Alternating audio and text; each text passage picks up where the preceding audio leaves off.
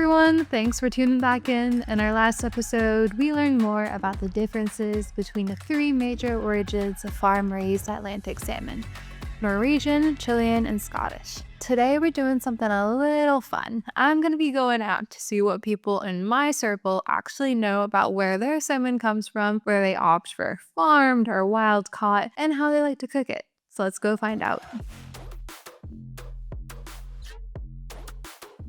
I would say once to twice a month. Yeah, I eat it at least like once to twice a week. Okay. That's a lot, actually. Maybe once. I do eat salmon twice a month. And the other way, my wife cook it on the stove. And I like when it's a bit crispy. Inside it has to be cooked, but not too, I don't like dry. I was actually learned that Scottish salmon is incredible on the grill. It has like that steak texture, it's buttery richness. Really good. Any excuse to fire up the grill, you know me. Let's see. When I cook my salmon, I usually like to pan sear it. Just like 5 minutes on each side with butter and herbs. When I cook it, I like to bake it with a nice like lemon slice, good seasoning. I like to cook my salmon in aluminum, butter, and garlic on the grill. It's probably my favorite. On the pan's great too. Yeah, there's no wrong ways to enjoy salmon. Sometimes in a pasta dish, it adds a lot. But yeah, I mean, it's kind of a specialty, right? When you do have it, you got to do it right.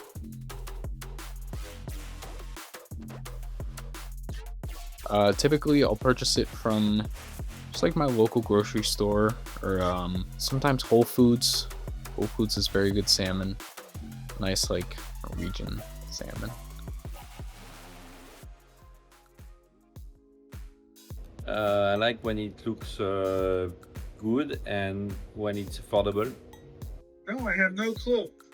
I usually just grab what's the least expensive and what looks the freshest. It depends, right? So if it's just for me, and it's just like a meal like salmon and rice, like it's more cheap, right? I'm caring more about the price. But if I'm having like a dinner party and I make salmon and asparagus and a nice dish, I'll probably buy like a whole salmon fillet. It doesn't matter. That's more quality and like nutrients and like how pretty it looks too. Making sure it's pink, a nice pink color, and it's just tender enough to where it'll cook well. I feel like a salmon should be around like $5-6 a pound. No, I should, but I don't. My wife does more. She's more into where it's coming from. I know Norway, and I know it can be from the wild or from the farm. Last time I grabbed some Norwegian, I believe it was farm raised. I really don't know the difference. When I look at the origin, I'm not very picky on the subject. I will typically go for like a Norwegian salmon, because knowing the Icelandic area has very good salmon in those cold oceans. I don't know. I think they exist in different parts of the world. In North America, I know there's a lot of salmon here. I know in Northern Europe, there's quite a bit. South America, I'm not really sure the different origins of salmon. But I would rather to do wild, but because it sounds better. But I know sometimes it's a bit tricky when they use farm and wild.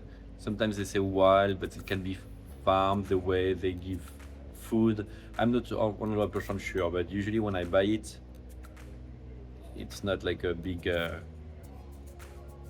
it's not a big factor. No, I mean, if anything, I think people would rather have salmon farmed salmon nowadays because like there's so much overfishing. I would pick wild to the bears eats. That's what they love. So if they're eating it, it's got to be good. I've heard that farm salmon typically has more fat, like an unnatural amount of fat. I know salmon are not known to have too much fat, considering they're so active in the wild. If it's a good deal, I will do it. But usually we don't buy a lot of food and fresh food from Amazon. We go more to the grocery store, my wife and I. Yeah. so I don't buy a lot of. I never bought any food from Amazon. What? Can I order more than one? Yeah, of course. What? Amazon That's Fresh, pretty good. Moe salmon. Damn, that's really good. What's it called again? Moe salmon. That's amazing, actually. I will go right now. Can I order it online as well and like just have it picked up or delivered? Amazon Fresh, Target, Instacart. Oh my God, Target? Yeah. Wait, I love that. It was $7 on Amazon Fresh with same-day delivery. You know, I'd be really, really psyched.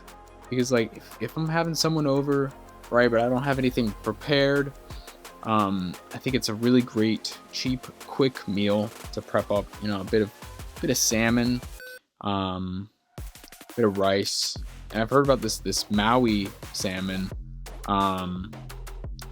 Really good things about it. Heard very good things about it. I've seen it in the stores. It's always like almost sold out on the shelves. So to find out that they're on Amazon Fresh, the same day delivery, that's quite a deal. That is quite a deal. Yeah, I mean, that sounds amazing. So like, I mean, if I can order salmon online, that's, you know, better than what I normally get in store. Sounds more convenient, more ethical, sounds more delicious. I'll check it out.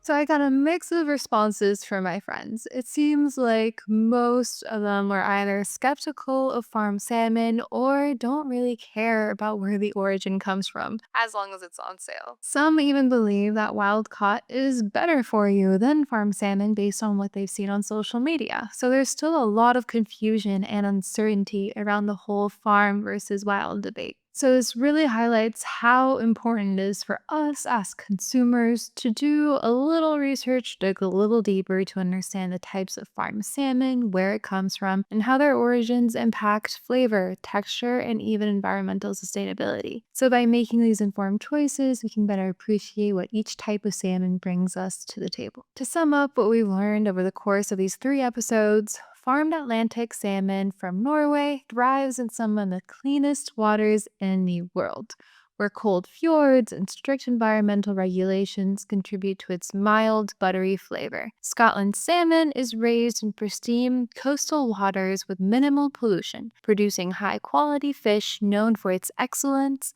texture, and taste. Meanwhile, Chile's remote cold waters provide ideal conditions for salmon farming, creating a fresh, neutral flavor that has become a global favorite. So these distinct farming conditions in each region are what give each type of salmon its unique characteristics and exceptional taste. This segment is sponsored by Moe, the Norwegian company that is one of the largest salmon producers in the world.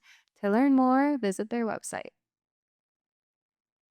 You can also find Moe products on Amazon Fresh, Instacart, or Shipt. If you want groceries, but you don't necessarily want to leave the house, I highly recommend. Please note that availability may vary by market. And that wraps up this fantastic 3-episode segment about the origins of farm-raised Atlantic salmon. Please don't forget to subscribe, like, and comment below to let us know what you have learned.